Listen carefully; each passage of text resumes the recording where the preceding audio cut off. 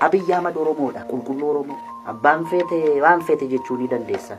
Amaarri ol kaatee Jawaar Mohammad kana koompitara wayyaanee raasaa bahe kana iyyuu Yamaniidha jettee miti inni rakkoon qabu. Abiy Ahmed, Dr. Abiy Ahmed silaa imaanaa uummata Oromootti kenname 4 kiiloo fudhatee seene dhaabbilee Oromoollee kadhatee kan galche isa nama maqaa qabsoo Oromootiin qabsaa'u xinnaa guddaa hunda kadhatanii kan galchan lammaa faana isaani waan saayikooloojii Oromoo kanatti bu'u waan beeta mangistii kana keessatti hojjetamu hunda walitti bu'iinsa dhaabbilee Oromoo dabalatee walitti bu'iinsa Oromoo walitti fiduu kan hojjechuudhaaf maa Daawud Ibsaa faana hin mari'atin, maa Jawaar faana hin mari'atin, maa Mararaa faana hin mari'atin, namoota isaan kadhatee galche kana hunda maa mari'atin, Hawultii Haayila Sillaasee Minilik miti kan seexanaallee achi keessatti dhaabuudhaaf maa isaaniin hin mari'atin waan inni godheef isatu beeka. Garuu Oromoo walitti buusa taana dhaabaa miti barkan uummata Oromoo asiin jijjiirama kana kan fide OPDOs miti, ABOs miti, OFCOs miti, OFDOs miti. Garuu qabsaaniiru karaa itti amananiin isaan hundi isaan ABO'n umurii isaatti fixeera. Hayyoota Oromoo gameessa meeqatti dhabneera. Goota Oromoo bakka bu'aan qabni hundatti dhabneera maqaa ABO'tiin.